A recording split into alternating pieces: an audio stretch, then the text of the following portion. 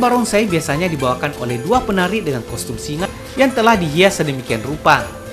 Penari yang berada di posisi depan akan bertindak sebagai pengontrol bagian kepala dan tubuh bagian depan singa, sedangkan penari lainnya menjadi tubuh bagian belakang singa tersebut.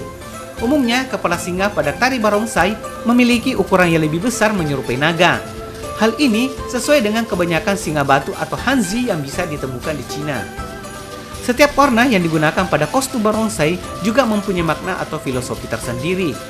Warna hitam melambangkan air atau arah utara, hijau melambangkan kayu atau arah timur, putih melambangkan logam atau arah barat, merah melambangkan api atau arah selatan, serta warna kuning melambangkan bumi atau pusat dari alam semesta.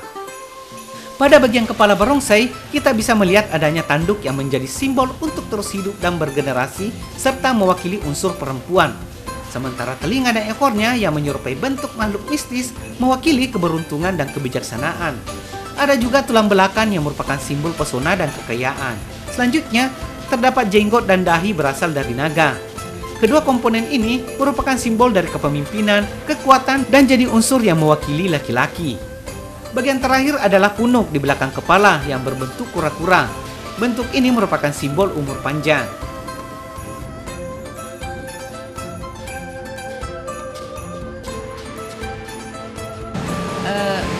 Tariannya itu hanya mengikuti gerak-geriknya seekor singa atau harimau atau kucing. Nah, jadi karakternya itu semakin dikembangkan bahwa ketika kita melihat pertunjukan barongsai di atas tonggak, kita tidak ingat bahwa itu barong orang di dalam, tapi kita seolah-olah kita melihat singa yang melakukan atraksi itu. Dalam budaya tradisional Cina, singa seperti halnya naga merupakan hewan yang hanya ada dalam mitos. Hewan-hewan semacam ini tak pernah ada di daratan Cina.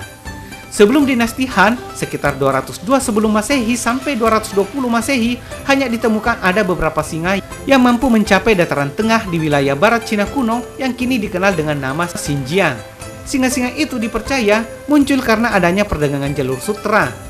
Saat itu, banyak orang yang menirukan gerakan singa di suatu pertunjukan. Di ruang penampilan inilah yang kemudian berkembang menjadi tari barongsai di periode ketiga kerajaan pada tahun 220 sampai 280 Masehi.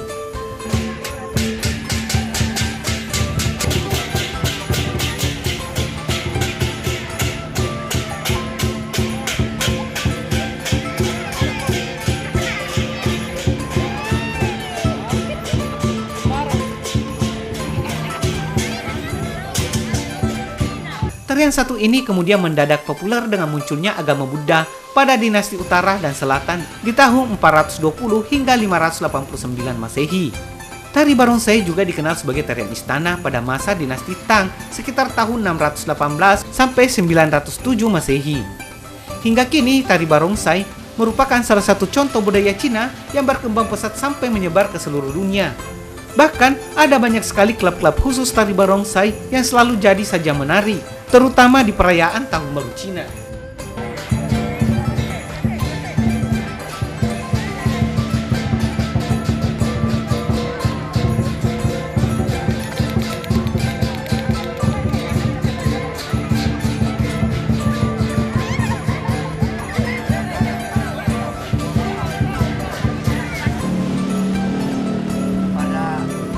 Sebelum atau setelah era perdagangan sutra, karena orang-orang Tionghoa yang asli dari sana merantau itu kan dia sudah yakini dirinya bahwa dia sudah bekali dirinya apa keterampilannya.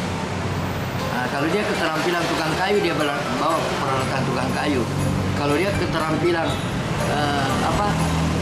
bikin kopi, dia bawa untuk menghidupi dirinya. Di samping itu ada hobi-hobinya kan. Tentu yang hobi musik dia bawa peralatan musiknya, ya begitu. Nah, hanya disayangkan itu pada saat era Orde Baru ya, itu dilarang. Iya, kalau nggak salah tahun 1966 atau 68. Karena itu sebenarnya NKRI itu lahir ke tradisi dan kebudayaannya banyak sekali dari keturunan saya, termasuk kuliner. Sebenarnya, ada banyak cerita dan legenda berkisah tentang asal-usul tari barongsai. Masyarakat kuno Tiongkok saat itu kerap melakukan berbagai hal untuk menakut-nakuti Nian, seperti bermain petasan dan kembang api hingga melakukan tari barongsai yang meriah. Ada juga versi lain yang menceritakan asal-usul barongsai sebagai senjata untuk menakuti roh jahat yang dipercaya lebih ganas di awal tahun baru Imlek. Pasalnya, Dewa Dewi sedang kembali ke kayangan untuk menghadap ke Kaisar Langit.